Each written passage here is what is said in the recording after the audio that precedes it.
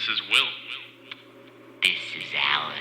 Welcome back to another episode of They Mostly Come Out of Me.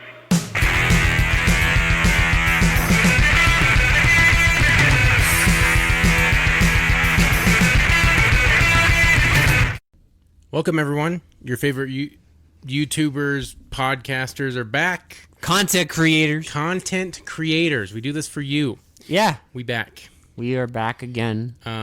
And we have a good episode for you. Oh, but we got a goodie. before we get into that, you know the drill. Okay? If you're new here, even if you're old here and you haven't done it, you're thinking, hey, I really like this content. I want to hear more of it. Go to YouTube. Subscribe. Yeah. Go to Spotify. Follow. Give us a like, a comment, share. You know, do all that fun stuff. Tell your friends. Anywhere you get podcasts. Tell your kids. Tell your girlfriends, your boyfriends, your polycules. Any like-minded lizard brain that would like this content, please give them the gift of They Mostly Come Out at Night. Yes, please. Please do that. Also, big shout out to our artists that make our theme, our intro music and outro. Corpus Earthling, please check them out as well. Do all that fun stuff. And we really appreciate it. Because our next episode after today's episode is going to be a request. Yes. If you have requests, give them to us every 5 episodes. If they're from a previous year, if they're for a future year, I'll add them. But I think that's it for the housekeeping. One more thing. Sadly, next Sunday, I will be out of town.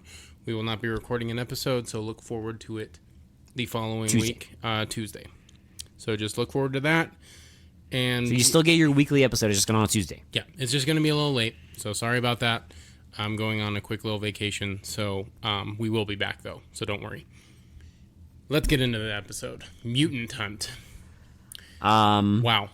Now, maybe it's because we just watched Death Nurse and Black Cobra. I don't know what it is. I think it's giving it too little credit because I genuinely feel this is a damn entertaining movie. No, unfortunately, without those other 2 movies even being involved, this is a damn entertaining movie.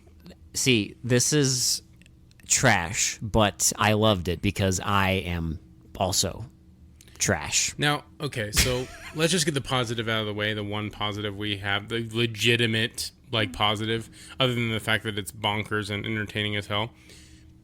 This movie looks fucking beautiful. Yes. This movie is so well shot. I am in awe. If you can catch this movie in HD, please do yourself a favor and do it. It is the look of this. If you like 80s lighting, oh boy, you are in for a treat. This is incredible. It looks so good. Yeah, I really dig the look of this. It legitimately looks so good. I was shocked. No, that's the only legitimate positive I can give it because the rest of the movie is amazing. Is incredible for different reasons. Okay? Incredible for different reasons. Have you seen Blade Runner? This is the dollar store version of Blade Runner. Yeah. On the most shoestring budget I've ever seen. Have you seen Blade Runner? Have you seen The Terminator? You know, I'm sure some other things are in there too. Do you like hard sci-fi and... I want to call this hard sci-fi. Well, no. I'm saying, do you like hard sci-fi? Like Blade Runner. This is not hard sci-fi. Yeah, but Blade Runner, because, do you like cyborgs and corrupted cyborgs? And do you like, a kind of a dingy, noirish future? I like all that shit. Yeah. Do you like The Terminator? Do you like... Sure. Violence and fucking evil cyborgs? You know what I really, really like? What do you like? And I have a weakness for? What? Sci-fi goth mommies. Apparently. Well, that's a very specific... I didn't know. Well, when you said sci-fi, that makes it extremely specific to this movie. It does. And I didn't know I was that into that, but I was. To this nonsense movie. Because one of the main villains... Can you even call her a villain, though? No, I don't know what she is. She just hangs out in a room the entire movie. She does The bare minimum? The entire movie? Yeah. If you removed her from this movie, it would barely change. You know why she's there? To look hot. Because Tim Kincaid, the director, demanded. She is just there to look hot and give me a new kink, okay? So to pace in her New York studio apartment. They're like, some podcasters are going to watch this in the year of our Lord 2024, and one of them is going to get such a big crush on the Blade Runner cyberpunk goth mommy that's in this movie, Domina.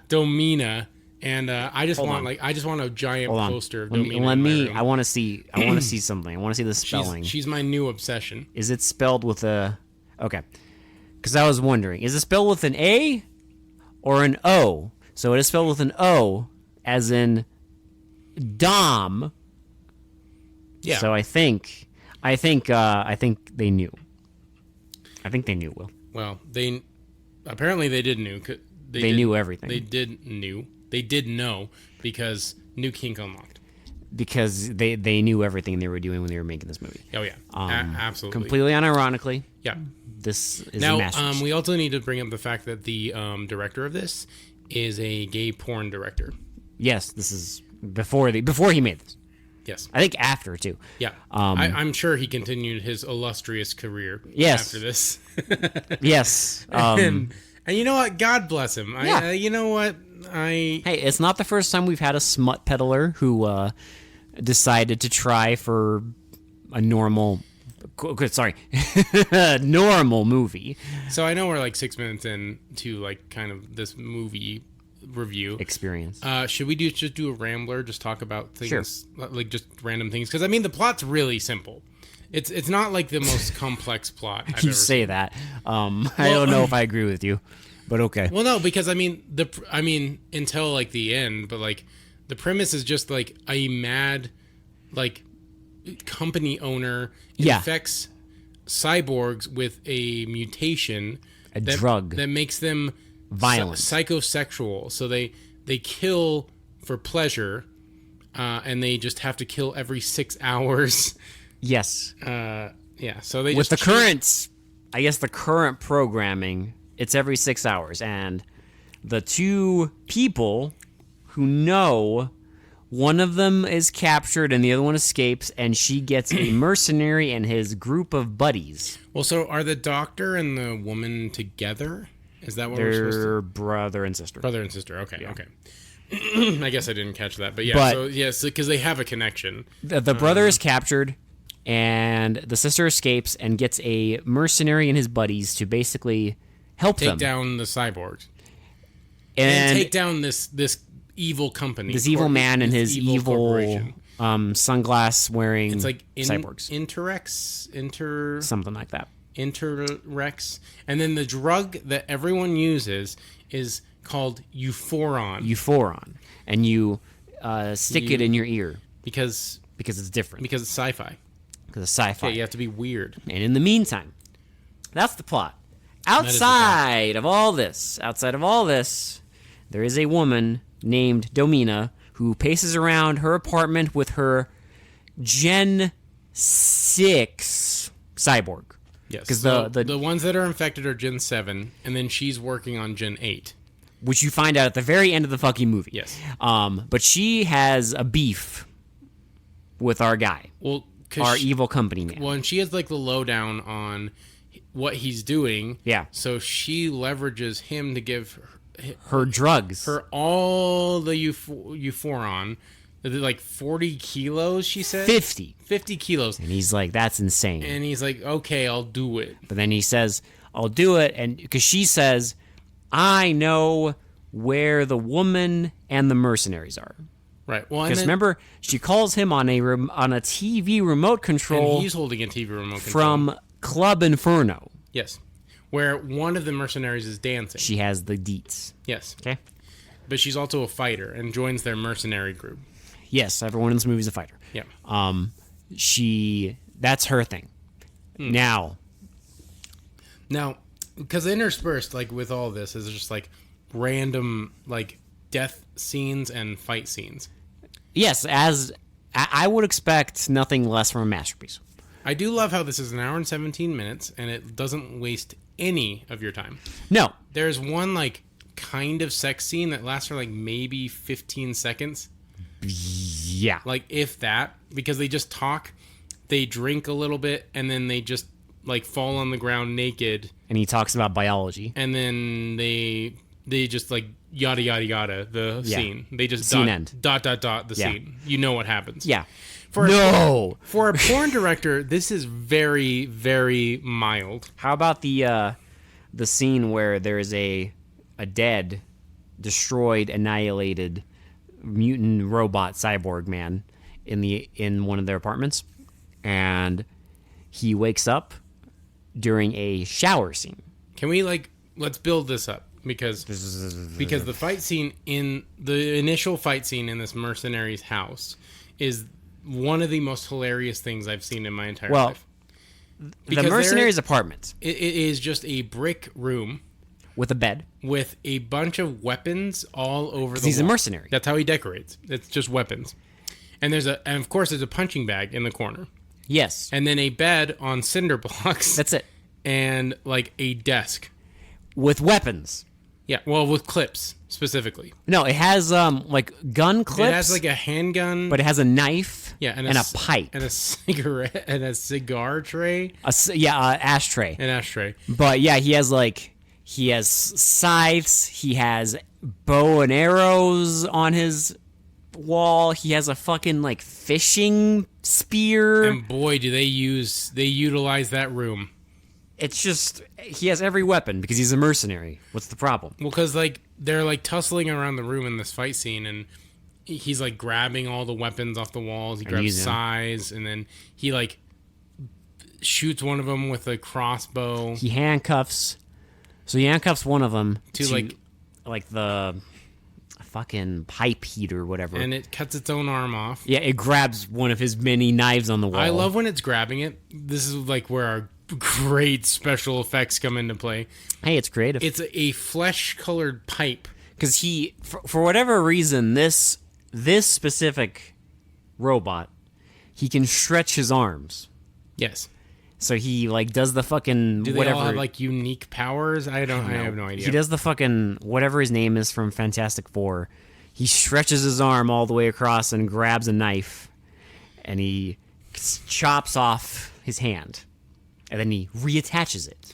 Well, then our mercenary like obliterates him apparently, but he's still alive. I'll be quite honest. I was laughing so hard, I don't remember how this one died. I don't either, but this is the one that comes back in that shower scene. Yeah. Because this is now a good cyborg. He tells, after he wakes up. Because he killed recently, even though he didn't. No, he didn't. No, he did. He did kill the sex bot. Oh, yeah. Because he's sleeping with a sex bot, and he just comes in, picks her up, and throws her out the window. that is literally how fast it happens. There's no time to react to it at all. He literally picks her up, throws her out the window, and then it shows her like splattered on the ground.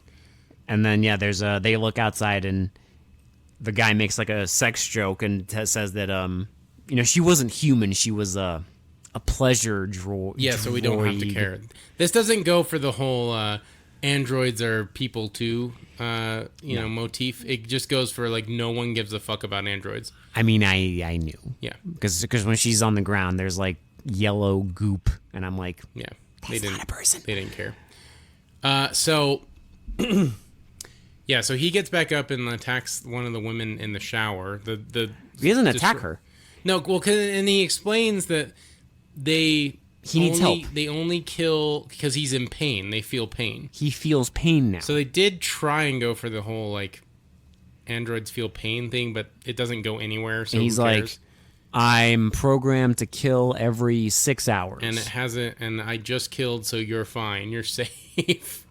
Apparently, but I can help you. Even though the other attack androids attack literally nonstop. I don't know why this one. As far as we know. Yeah. This one just decided to stop. Because he's in pain. Yeah. And he talks. But he, like, helps them, so he joins the mercenaries. None of the other ones talk, also. Yeah. He's the only one that talks.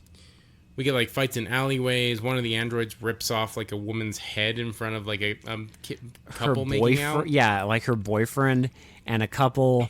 Then there's like there's They attack like some like guy closing up like a Asian restaurant. Yeah, and he fights him off. He fights off the android and just runs away. Flying headbutts this android, and the android just fucks off. There's the fucking... Well, because, presumably, at this point, they're hunting the androids, because they have these little, like, trackers. They set it up so that... They can, like, locate the... because they work with the woman that was working on the androids. Program them. And she programs this, like, program where they can follow the androids. So they're tracking them with that. And then it also has something about how it automatically... They have a tracker that automatically detects the drug... Euphoron or whatever, when it's over a certain capacity or something. Yeah, well, and these androids presumably are like pumped full of Euphoron. And also, they're like melting. Yeah, I don't know. Slowly. There's a lot of stuff going on with these androids. There's a lot of fucking insanity happening. And so... there's there's a club scene early on. At the Inferno. Where this woman's dancing. And she gets like roughed up, tries to get roughed up. Like, so two guys try and rough her up, and she kicks their ass. And then, like a punk chick with them all leave the club.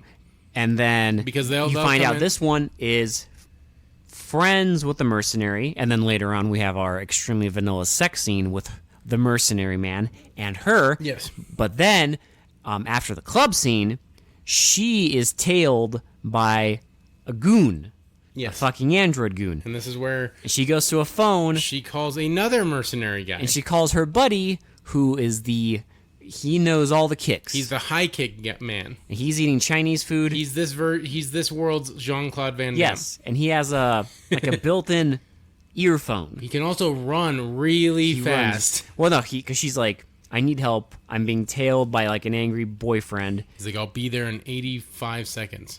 Exactly 85 seconds. Well, and this is the only time he ever uses this. Yes. To run fast.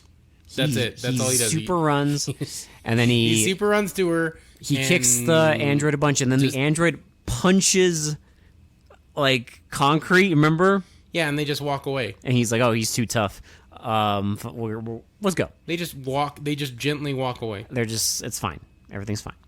But you have those. It's primarily our mercenary and the kicking man, who are hunting, quote unquote. Those are like the two main mercenaries. All while Domina paces around her apartment, talks to her Gen 6. I wish she would treat me like her Gen 6. We just stand behind her and just tell me I'm like a waste of like, oh my god, a useless collection of peripherals or something. Something like that. Collection of something like that. And I was too enamored to pay attention to what she was saying. There's a part where because she makes the deal for drugs, and he like doesn't give her the drugs, and so she's like, "I'll show him." Oh god, I got you. I have an Alpha 8. She says, "I have a Gen 8," and it's some dude standing there like covered in like he looks like a mummy. He's like flexing his arms out over and over, and he's wrapped in a bed sheet. And you just build this up, and I'm like, okay. Then what the fuck else? Well, because there's the fight scene with the Gen 7s where the punk guys come back. This is like almost near the end for what the fuck was even happening? Oh, yeah, because one of them's, like, melting down. Well, because the mercenaries at a certain point go after each of the androids, because there's only 2 at the moment at large. So one goes after, the kick man goes after Alpha, and he names them Alpha and Beta. He goes after, so our mercenary, he goes after the one who rips the woman's head off. Yeah, well, and they have a fight in the alleyway. And he dismantles him. Yeah.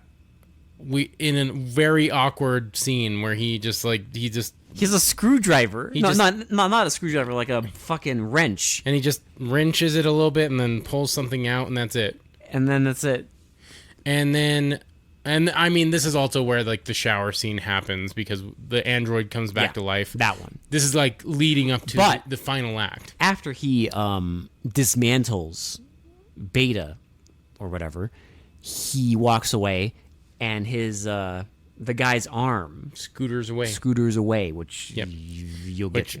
Is a good payoff. It's a good. They boomed us. They boomed us because we also get a woman screaming for her kids outside, I guess. Twice in the movie. Yeah.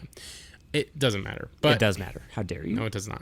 It pays off. It doesn't lead anywhere. Yeah, it does. Because early in the movie, this woman screams out her window like, "Amber, abracadabra, come home." And we're like, who? And then at the end of the movie, there's a child playing by a garbage can. It's like, and Borley. I'm like, are we in Utah? Like, yeah, no. Fuck? And then at the end of the movie, she does the same we thing. Are in Utah. How dare you? She screams again, and you're like, oh. Yeah, and that's where it happens because the robot that's putting itself back together that he dismantled is like just smiling at her really creepy. And she laughs. And that's it. It's like poetry, it rhymes. How is that relevant to anything that happens in the movie? It's an arc. Okay, whatever. The Amber Lynn Lee arc. Let's get to our high kick guy that gets shut up. that gets attacked by our alpha in the like a train yard. Well, first, the alpha is like he's having a moment. And he's just like standing there melting down. Because he tried to kill the Asian restaurant owner. Yeah. And it failed, so he's sad. And the three punks they're like, look, he's whacked. He's got some drugs. Some euphoron. Let's get him. And they try attacking him, and the guy, he like throws them around, and they run away. And then our high kick man comes in, shows up, and he starts kicking him around. And then while High Kick Man is like roughing up the android, our two goons come in and try and fight him while he's fighting the android. And then our other mercenary awkwardly jumps slow motion jumps, and it's just him jumping in place, right? He's jumping in place on top of a roof, and then he lands. And then it cuts, and then it's just him like. He jumped off the ground for like an inch. I do love in this fight scene because it's like so awkward. The woman punk grabs just stands there. Well, no, at the end. At one point, she grabs a board and is like, "I'll show you how it's done." And then he immediately just rips the board out of her hand and then just tells it and tosses it to the side, and she just runs away again. He just kind of like waves like, "Get out of here." She does nothing. Nothing. They never show up again. Yeah. But he well, because they all get away. They all get away and run away. And he like shoves like a piece of wood into the android's mouth, and it kills him. And it like lights him on fire for some reason. And he dies. Like this one actually circuits him. Yeah. And so now we're in our final act, right? So they're like, "Hey, we got everyone, right?" But the guy's thing is going off, and he's like, "There's one at the apartment." And it's the fucking...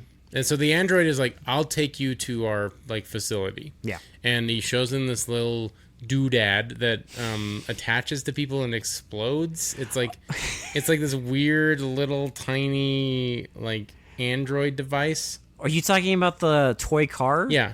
That was early. That was when they were making their like plan. Well, I know, but it comes into play in the She has like a little... Because they have one. They have one, and it's a little...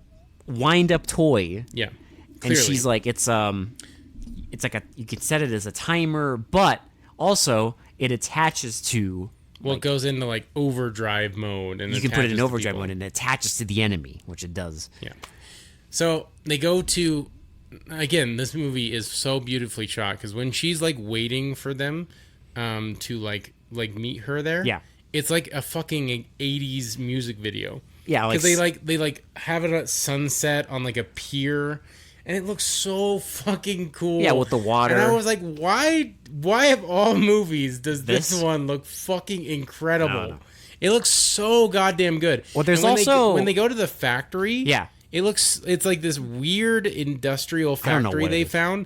I don't fucking know, but it looks futuristic. My favorite is there's a shot of these windows at the factory. It's like 4 sets of windows, and they're all lit a different color, and You get shadows of people carrying boxes. you have shadows of people carrying boxes like all at the same time, and it looks like something out of I don't know, like a much more. It almost looks like something out of a Wes Anderson movie. Yeah. But Well, and we also get a scene of our big bad evil guy, finally explaining his master plan to the scientist. who's he's tied up to a And gurney. he's like, blah blah blah. I infected these androids and blah blah blah. He basically is infecting these androids to make them like the perfect violent soldier. And there's countries all over the world that are interested, and they'll pay me massive amounts of money for my androids. But they're just killing random people. It's not like he like told them to target people. So what point does that do? I'm guessing that's where the whole like 6 hours thing comes in. Yeah, but they're killing random people. He'll just program it. I guess. Okay. But they don't kill. It But they doesn't don't kill androids. matter. It doesn't matter. So It doesn't matter. it does. No, it doesn't. So Because Will, what? if you have an army of androids, Please tell me what. versus an army of non-androids, Okay. they will clearly kill the non-androids. Okay. Because at no point in the movie did the androids attack each other. Why? Because they know Okay. logic. Sure, Dan. That's true. That's Okay. what you saw. So anyway, he Because they stand there like the they just- fucking guys from Dude, Where's My Car? The Zoltan guys. Yeah, what's weird is they just like, because the android is like carrying her to the factory, and they like, he's like carrying her. She's like, let me go, and they just stand there. Like our two mercenary dudes like confront him, but they just stand there and like, hey, let her go. They don't like try and fight him or anything. No. And he's like, I am not your I'm enemy. good.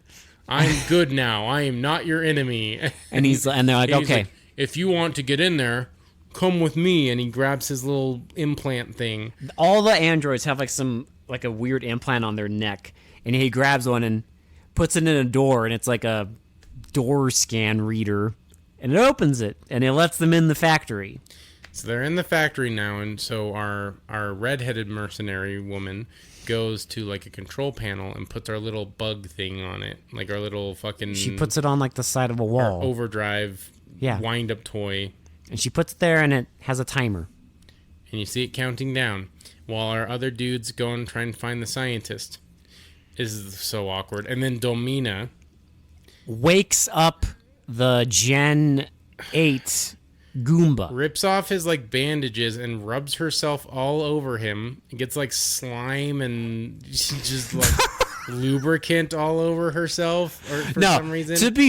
he was already oiled up. Well, yeah, but she They rubs, kindly she rubs herself all over him. they kindly oiled him up before. Like, it's very weirdly sexual. Well, he also has like drawn on veins on his back. I've never envied a B-movie android until this scene. But I guess you have you. It's like the power button for him. Yeah, He can't operate without a nice rub down I get it. and a reach around. I get it. And then she just walks away, and she's like, "Go." And this is the most awkward lead up to like the reveal of Delta 8 of like the 8, the android. Well, 8. it's like they're just. It's So the bad all guy, and the scientist's brother. He's just standing there holding him at gunpoint. So our good android now, Mm-hmm. they all walk up to him and he extendo arms and throws the bad guy. Yeah. And our bad guy's just laying on the ground now. And it's just a bunch of people standing around, just doing nothing because the scientist is like, they're just like standing there. Yes. And then our fucking Android 8 shows up, or Gen 8 shows up. And they still just continue to stand around, except for the android. The android fights. But the whole time they're standing there, Domina's also standing there too. Yeah. Because she also managed to show up at the factory. And then our bad dude calls in more Gen 7s. He calls in 2 and Gen they 7s. awkwardly shamble towards They our awkwardly- high kick guy while he just stands there. He just stands there. They're all just standing there until they get attacked. Until the Gen 8 starts fighting with the mercenary and starts throwing him around, and he throws around the woman. And then the fucking the two Gen 7s walk up to the guy, Gently touch him on the shoulder. and he just slowly looks over. So I think they were going for comedy.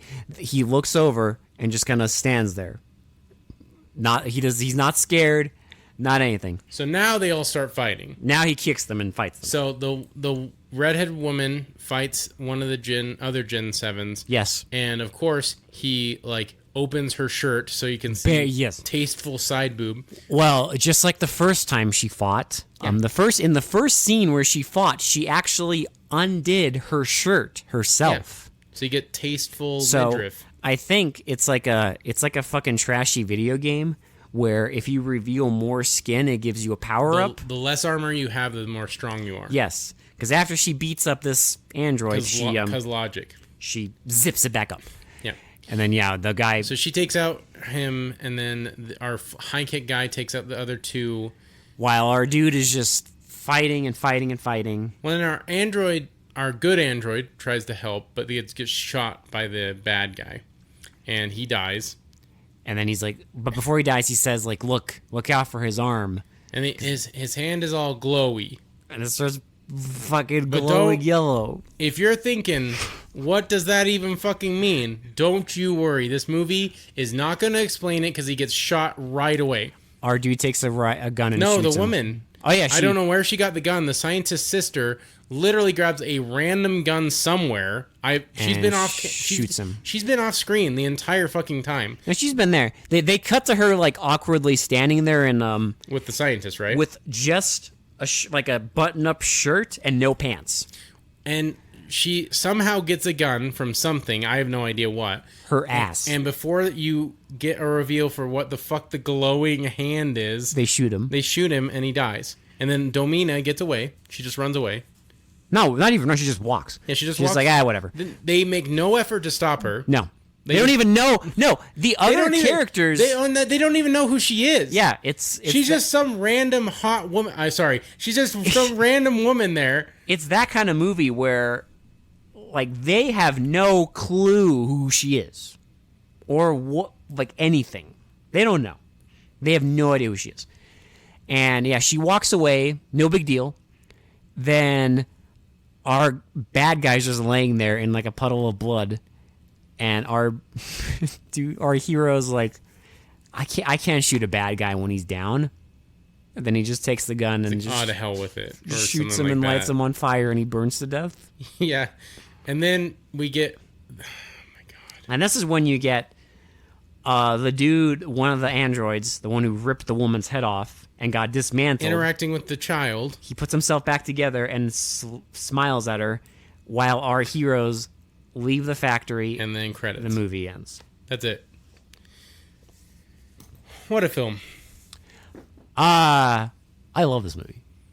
I do too. I'm sorry. Unironically. I'm deeply sorry. Unironically, I don't know what it is about this movie.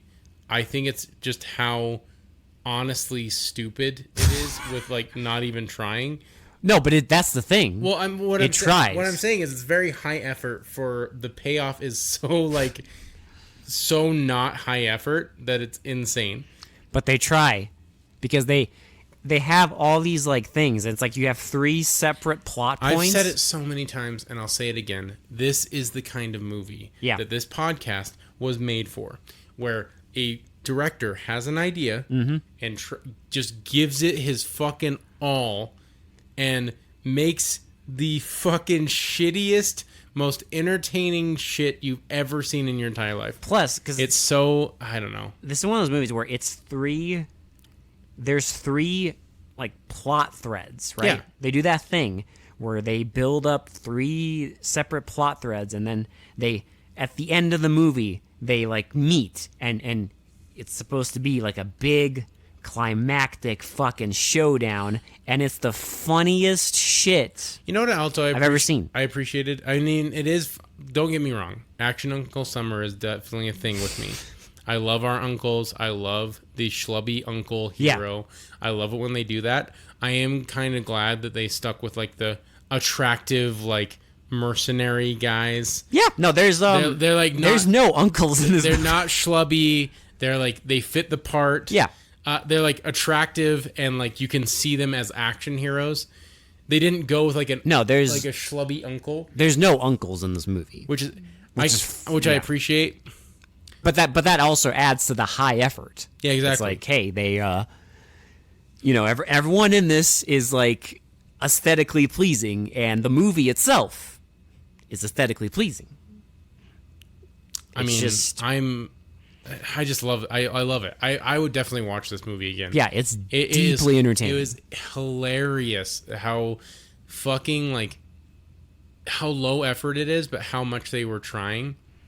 Because it's like it feels low effort. It's more like low budget because it's clearly cheap. It's like shoestring budget, but some of the animatronics are really good. Like their special effects. Yeah, the guy who's goddamn, they went fucking ham. The reassembled good quote unquote android, the effects work is not bad at all, and no, I mean it's the whole head. Like you just have to see the movie, and I can't stress this enough. You need to watch the movie just for how fucking beautiful it looks. Yeah, this 80s movie is the most 80s movie I've seen, and it's fucking amazing, and I love it. And if you love like the 80s aesthetic and like look to movies, this is definitely a movie for you because it just oozes 80s. It's definitely a movie that showcases how to properly shoot a movie at night.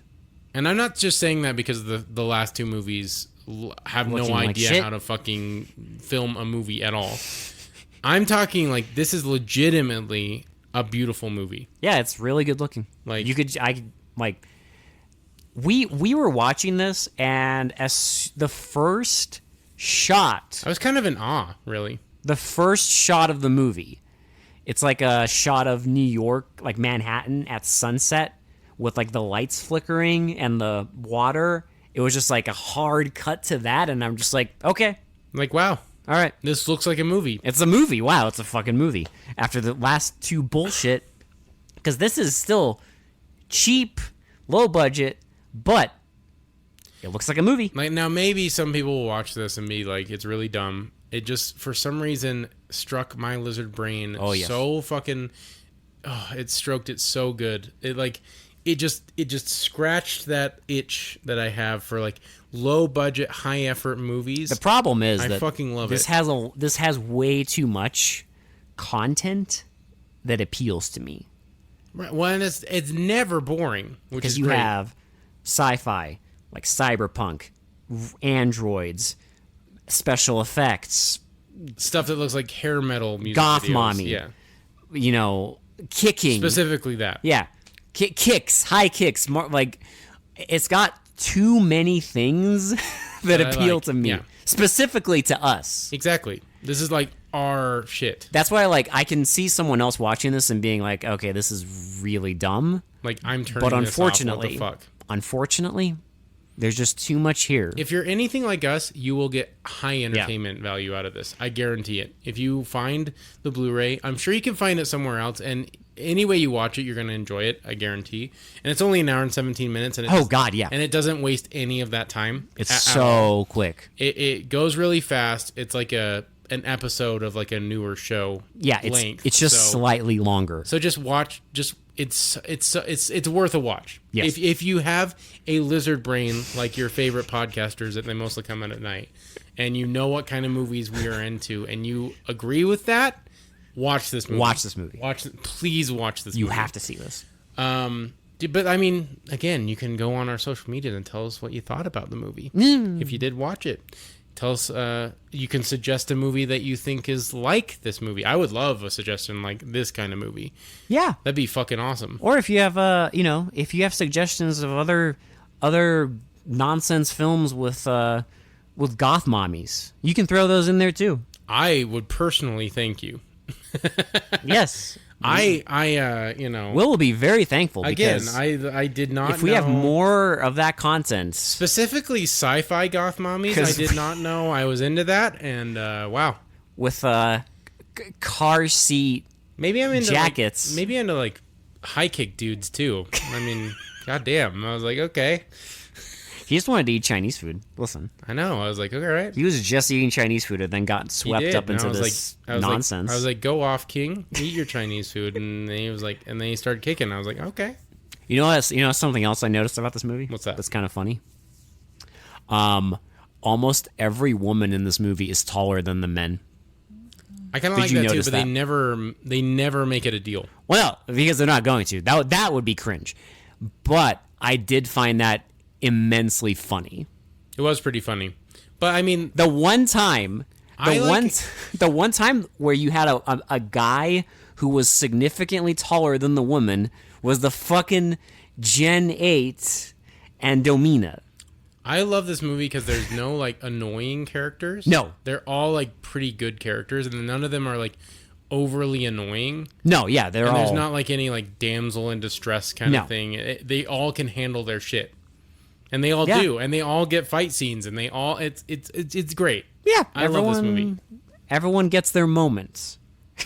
I think we need to do Shitty to Pretty because you just need to go watch Mutant Hunt. Like you'll get it once you watch it. I mean, clearly, Shitty to Pretty. I'm sorry. I'm deeply sorry. It's a 10. There's no other way. It's a 10. It's a 10 for me. 'Cause I'm so sorry. I was highly entertained. Like that hour and 17 minutes just flew by. Yeah. That was like I wanted it to be longer. I would have watched like a 2-hour cut of this movie. Yeah, I would have watched a sequel, a fucking franchise. I don't give a shit. I really hope that he comes back and he has more to show us. I think he does. I mean, this is the only Mutant Hunt movie, but... Well, I mean, I don't need more Mutant Hunts. I would like to see more from this director. Yeah. And then, especially if he has the same team and the same cinematographer, my God.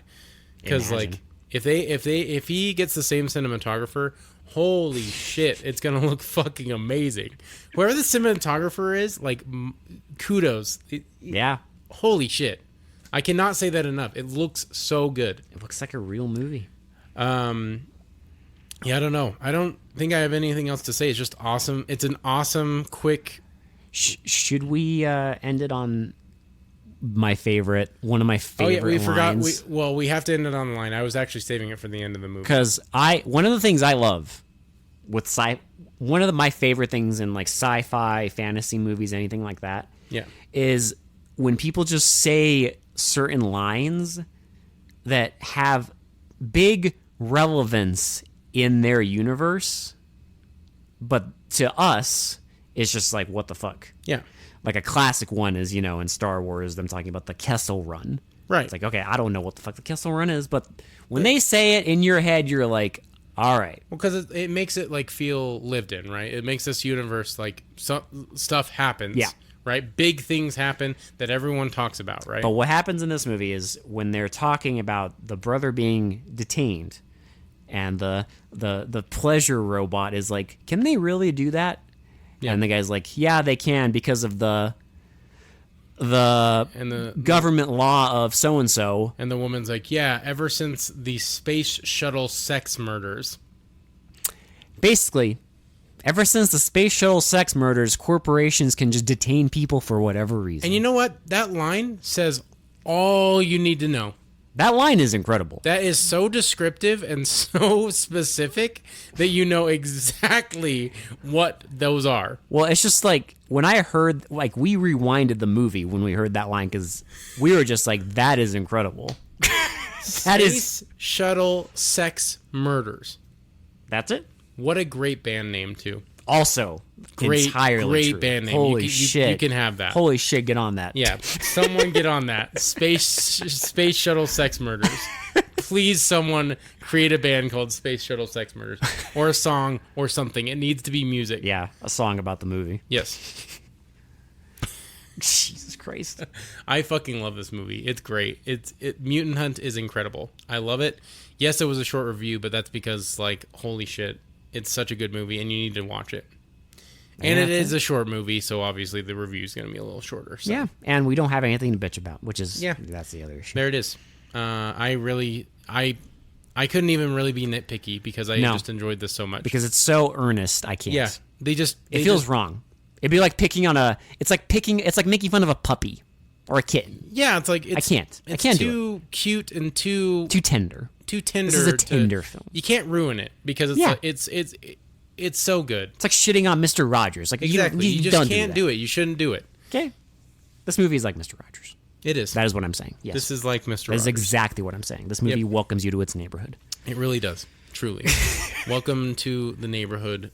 What's this director's name? Tim Kincaid. Tim Kincaid, welcome to the neighborhood. If that's even his real name. We're probably not going to watch your more notorious movies, but we will watch your feature films. If someone wants to, you can, but we will not be partaking on this. If you like this movie and you want to see more of his content, so to speak, feel free. Okay, you're free to do that. You're free. It's a free country. You do what you want. Yeah, I don't judge. You go ahead. But if every movie he made, quote unquote, looked this good, I might check out a few. Actually, I'm not gonna lie. I might. He went under the name Joe Gage. I might look into it. I don't know, but that's for me personally, though. I just whatever. You do you, okay, and I'll do me. That's what we're gonna do. You can watch some Joe Gage joints. But in the meantime, go watch Mutant Hunt, please. Go find it. Go rip it or whatever you do. That's it. That's it. That's all I have. For They Mostly Come Out at Night. This has been Will. This has been Alex. And we will talk to you all in about a week. Bye. Bye-bye now. Ever since those space shuttle sex murders, it's never been the same. Someone needs to make that a band. The gay porns have never been the same since that. No.